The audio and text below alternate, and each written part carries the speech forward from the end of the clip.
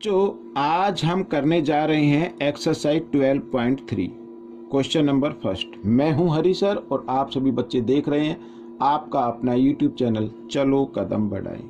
तो बच्चों question number first क्या कहता है, आइए देखते हैं। देखो, carry out of the following division, ठीक है, कैरी आउट करना है, मीन्स डिवीजन को आपको सोल्व करना है। तो आइए करना शुरू करते हैं। तो अगर डिवीजन करना हो तो आप इसको फ्रैक्शन में लिख लीजिए तो बड़ा इजी हो जाएगा आपके लिए। 28x⁴ बाई 56, ठीक है। अब बच्चों आपको टेबल भी आनी चाहिए। अब यहाँ पर हम देख रहे हैं 28 और 56, ठीक है। ये 14 से आप डिवाइड कर सकते हैं इसको। तो 14 2 जा, यहाँ पर 28 और 14 4 जा, यानी इसको लिखेंगे 2/4 और x⁴ ये आपका आंसर बन जाएगा बच्चों। इस तरीके से आपको करना है डिवाइड।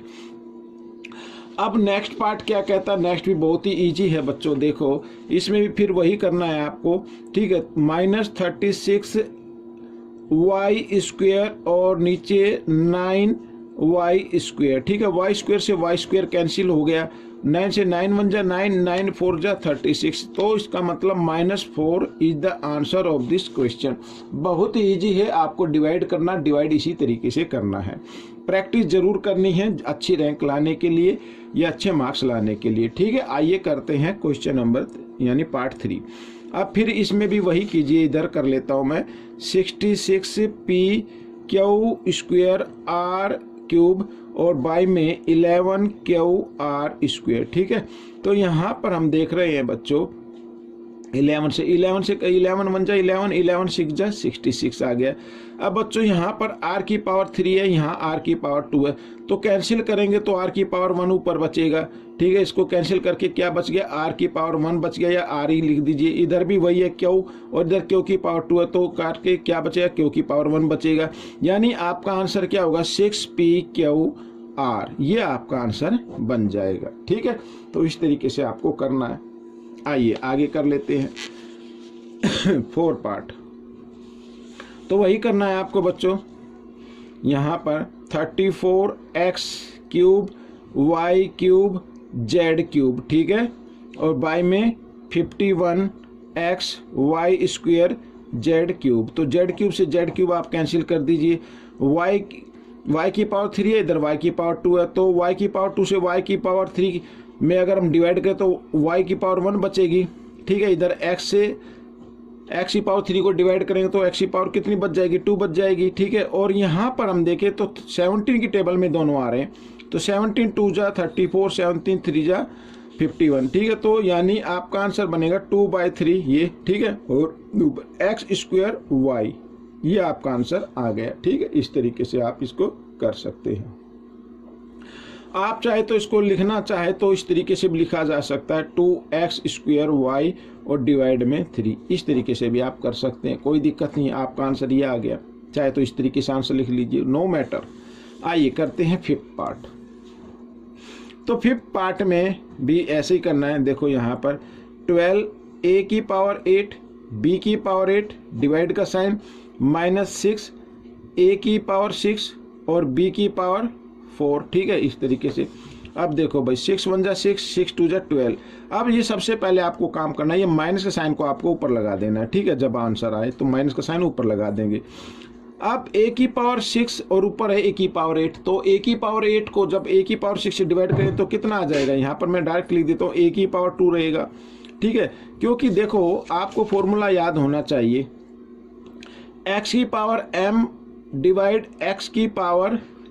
तो इस कंडीशन में जब बेस इक्वल हो, बीच में डिवाइड का साइन हो, तो पावर को क्या कर देते हैं, माइनस कर देते हैं, ठीक है। वही हम इसमें कर रहे हैं।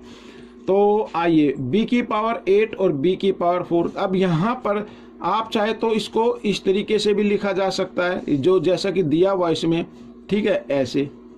तो इनमें से एक बेस लेंगे और पावर को क्या कर देंगे, माइनस कर देंगे, तो b⁴ कितना बचेगा, 4 बचेगा। तो यहाँ पर अगर हम लिखे तो b⁴ कितना आ गया, 4 आ गया।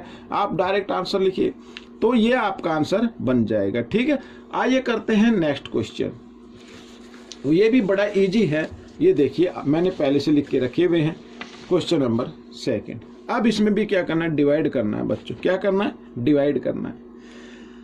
अब डिवाइड करने के लिए आपको फिर वही करना पड़ेगा, इसको फ्रैक्शन में लिख लीजिए पहले, 5x² माइनस 6x और बाय में 3x, ठीक है।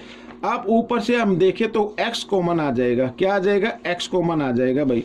यहाँ पर हम x निकाल लेते हैं, इधर क्या बचेगा 5x और माइनस 6 बच गया और नीचे क्या आ गया 3x, तो x से x कैंसिल हो गया, तो ये आपका आंसर बन गया 5x माइनस 6 बाई 3, ये आपका आंसर आ गया, ठीक है।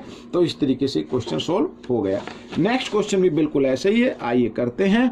3y की पावर 8 माइनस 4y की पावर 6 प्लस 5y की पावर 4 और डिवाइड में कर देते हैं y की पावर 4, ठीक है। अब देखो y की पावर 4 इधर है, y की पावर 6 इधर है, y की पावर 8 है, तो y की पावर 4 कॉमन निकाल लीजिए, जो तीनों में मौजूद हो कम से कम वो पावर आपको निकाल लेनी है, y की पावर 4, ठीक है ना। मैक्सिमम पावर जो कॉमन हो वो निकालनी है आपको, मैक्सिमम पावर y की पावर 4 है जो तीनों में कॉमन है, ठीक है। तो यहाँ पर 3y की पावर, यहाँ पर क्या बच गया 4 बच गया भाई, पावर तो माइनस हो जाती है ना, अभी मैंने आपको बताया पहले, तो माइनस 4y की पावर भाई, y की पावर 4 आ गई तो y की पावर 2 रह गया इधर, ठीक है, और प्लस 5 रह गया, ठीक है। ये यहाँ पर y की पावर तो 4 आई गई और नीचे y की पावर क्या है 4, तो y की पावर 4 से y की पावर 4 कैंसिल हो गई, ये आपका आंसर आ गया। मैं आंसर को इधर लिख देता हूँ, ठीक है, ये आपका आंसर बन गया। आइए करते हैं थर्ड पार्ट। थर्ड पार्ट भी बिल्कुल इजी है, ठीक है। इधर लिख लेते हैं 8x की पावर 3 y की पावर 3 z की power 2 plus x square y cube z square plus x square y square और z क्यूब, और यहाँ पर मैंने लिख दिया 4x स्क्वेयर y स्क्वेयर और z स्क्वेयर, ठीक है।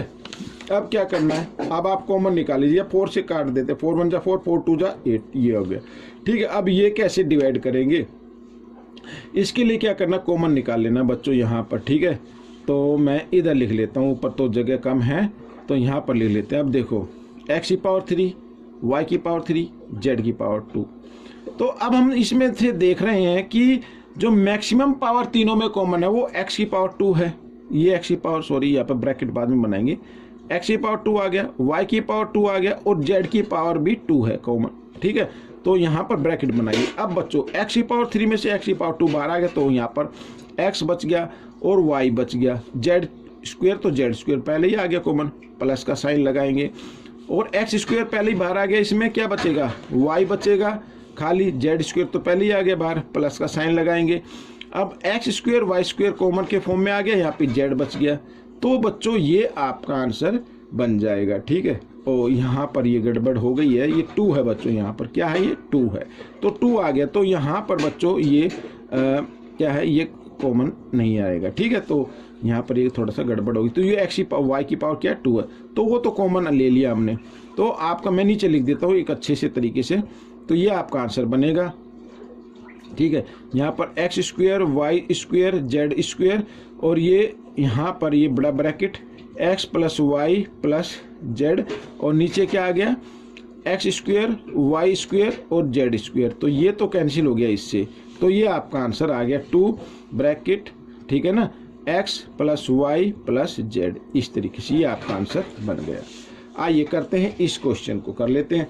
तो ये क्वेश्चन करने के लिए बच्चों मैं दूसरे पेज का यूज करते हैं, इस पे मैं इसको करके बताता हूँ, ठीक है ना, क्योंकि जगह कम है। ये रहा आपके सामने क्वेश्चन है, x cube plus 2y square plus 3x और इसको डिवाइड करते हैं 2x से, ठीक है ना। तो अब क्या करना है, ऊपर देखें तो x कॉमन है तो x निकाल लेंगे बाहर, यहाँ पर रह गया x स्क्वेयर प्लस 2x रह गया और प्लस 3 रह गया, क्योंकि 1x बाहर आ गया, यानी मैक्सिमम पावर आपको निकालनी जो तीनों में कॉमन होती है, ठीक है ना।